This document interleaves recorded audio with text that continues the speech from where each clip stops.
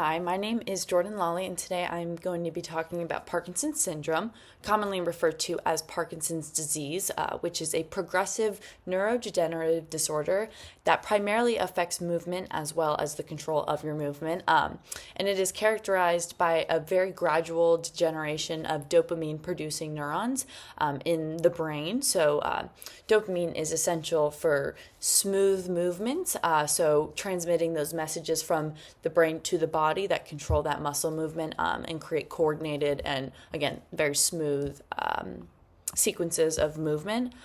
And with Parkinson's syndrome, we see that because of this degeneration, we have some symptoms in our motor as well as non-motor manifestations. So with the motor symptoms, we see tremors, which is the most typical symptom associated with Parkinson's disease. So tremors, which typically start in the hands, and we see this at rest. So a hand can be completely resting, and we will see some the shaking tremors that you typically associate with Parkinson's disease. And we also see actually kind of the opposite, which would be more of a slowness of movement. So people will experience the difficulty starting the movement, and they may like shuffle a bit with their gait.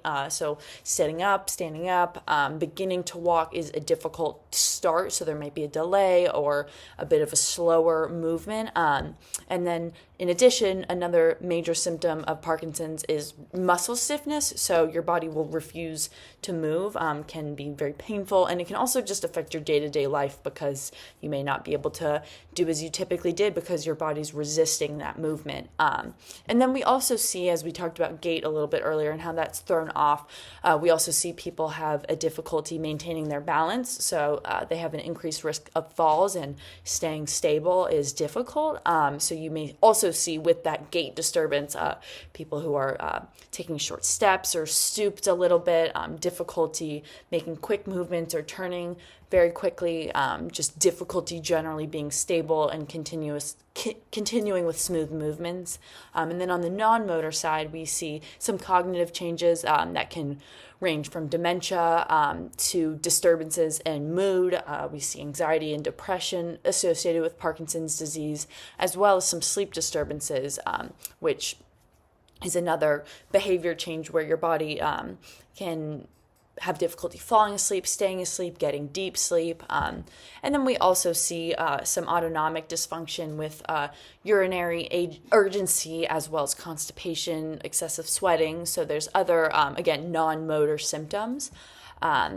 And so then we have some other very similar syndromes that present very similarly in the body. However, they have very different backgrounds and causes. So, for example, essential tremors, unlike Parkinson's disease, like we said, where it can occur at rest, it actually occurs during movement.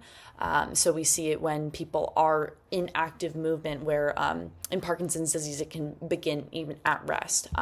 We also see progressive supranuclear palsy. And while it does show very similarly to Parkinson's, a lot of control with their body, it is very specific to the eye, so there's a specific problem looking up and down.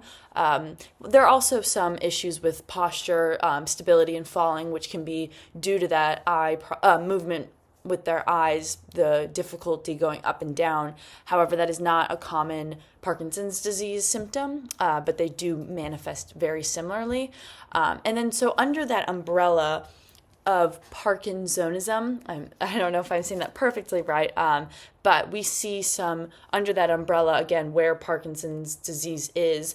We also see Parkinson's due to Alzheimer's disease. So as I mentioned earlier, people do have some memory loss. However, within Alzheimer's disease, that primary, memory loss and cognitive decline, people can also actually exhibit those motor declines as well that are in Parkinson's. So again, due to that buildup, they eventually it can cause tremors, it can cause disruption in their balance, very, very similar to Parkinson's. And then again, like I said, you kind of see some of those Alzheimer's symptoms in Parkinson's, like the memory loss, some confusion. And then next, there's something called vascular Parkinsonism. So this is caused actually by small strokes, which is very different than Parkinson's disease. So typically in your brain, the areas that control motor function are affected due to loss of air, due to strokes, or any other vascular issues. But this disorder specifically affects the lower body much more. So people with a history of strokes or hypertension are more at risk for this. And again, specific to the lower body, which is not similar to Parkinson's disease. We actually see it a lot starting in the hands and feet. So it's all throughout the body, not necessarily just to the lower body. So overall, we see, Parkinson's includes is included in a bigger umbrella of Parkinsonism. So it is just one of the couple diseases that are very similarly linked. However, they can have very different causes.